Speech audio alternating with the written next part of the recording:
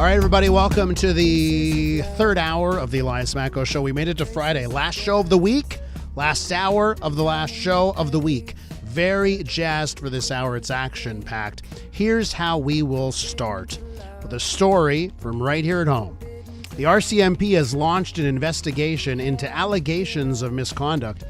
It involves a project at the Canada Border Services Agency. Investigation comes after two Montreal-based tech entrepreneurs working for the agency warned senior officials about improper contracting practices, as well as relationships between public service and private firms, all of which seemed a little too cozy.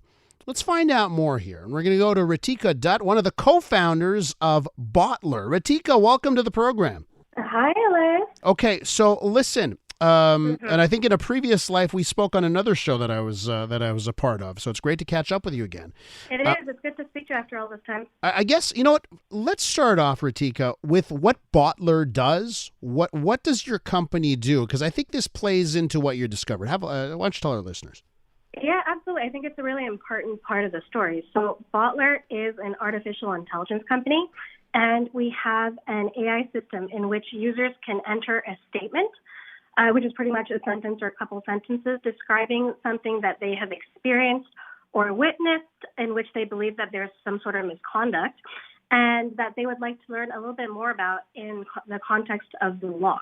So it really helps people to understand, like, okay, this is something that's going on. How can I qualify this?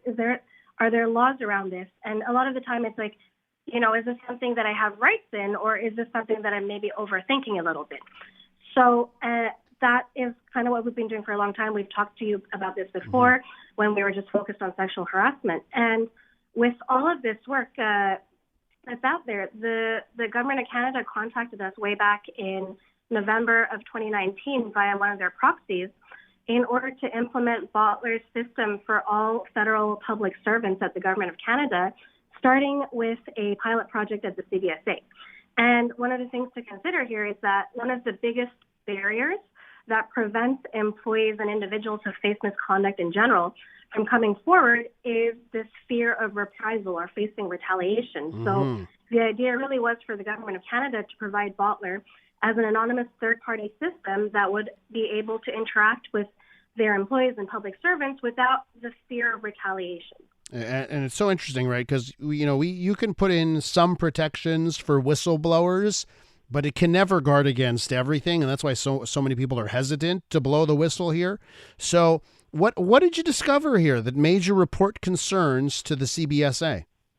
Well, I think there was kind of two main things, and when I say main things, I'm talking about kind of broad categories, not specifically two items, but overall, we started noticing little things that kind of felt suspicious almost I think pretty much immediately, as soon as we started interacting with the government and their proxies for getting Botler's contract up and running.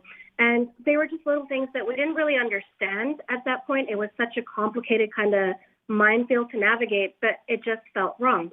And then eventually the contract itself came back, and there was no mention at all of Botler.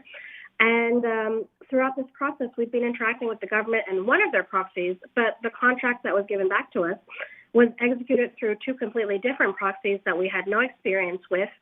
And at that time, the original proxy was saying, well, I'm not getting any cut out of this. But at the same time, the CBSA was pushing us to interact with that original proxy to get payments through them. So for us, it really didn't make sense that there are all these red flags about why is this person there if they're not getting payments, if they don't have a specific role, if they're not making cuts, why should payments flow through them? So it felt off. It felt definitely very off. But at the same time, because we didn't have that much knowledge of how government contracting worked, it was a little difficult to kind of put our finger on something specific and say this law or whatever was violated. But at the same time, when we started working with the actual CBSA implementation team, some of their own internal staff members also started to voice concerns to us. So one of them had raised serious concerns about how the contract was executed, which really validated our own fears and concerns. And I remember another one had literally said something along the lines of, someone somewhere is taking advantage of something here, but that employee just couldn't figure out what it was either. So it was all there. And when you reported your concerns, What was the reaction? Well, we recorded our concerns several times. So they started first verbally, unofficially. Mm-hmm. This was in 2021. And then in September of 2021, after we had months of verbal concerns and also the CBSA's own employees started voicing their concerns to us, we wrote our first formal misconduct report to the CBSA. And it was pretty much ignored at the time. The CBSA had come back and said, okay, we understand your concern. We're going to help you rework the contracting because we had demanded a clean contracting that would not go through their existing proxies. And nothing happened. They essentially ghosted us. They kept pushing back the meeting that we were supposed to have to fix the contracting. And throughout this time, we started facing more reprisal, both from the proxies and the CBSA to an extent. So we submitted a second misconduct report, after which the CBSA came back and said that they no longer had a need for the project. But throughout this time, we just kept discovering more and more and more red flags and things that just seemed so off. So instead of discouraging us from kind of giving up on it, it really encouraged us to say, okay, there's definitely something going on here, and we've definitely hit on a nerve, so we have to keep digging. Are you worried, like, speaking up like this and keeping, that digging process, aren't you worried that it's going to impact your business long term? That the government of Canada say, oh, you know what?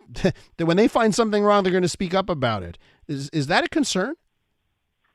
Well, obviously, when we're coming forward like this so publicly, we're taking a huge risk because we're using our own identities. It's not just a professional risk, but a personal risk.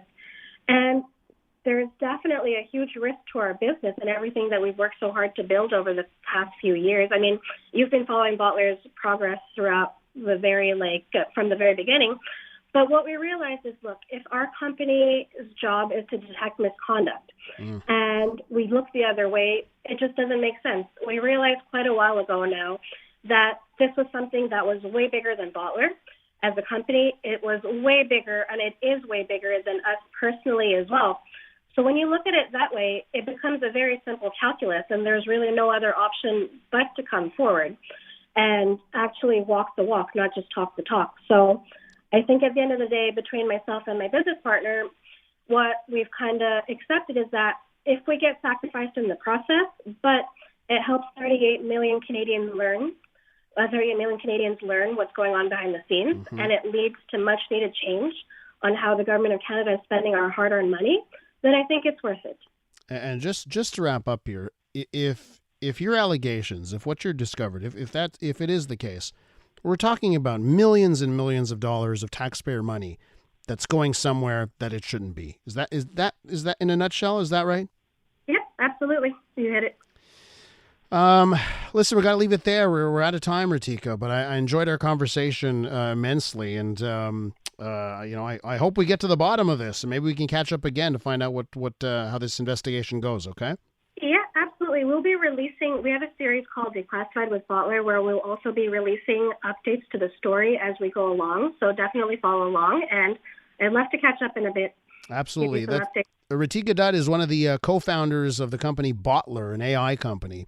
Thanks so much, and have a great weekend.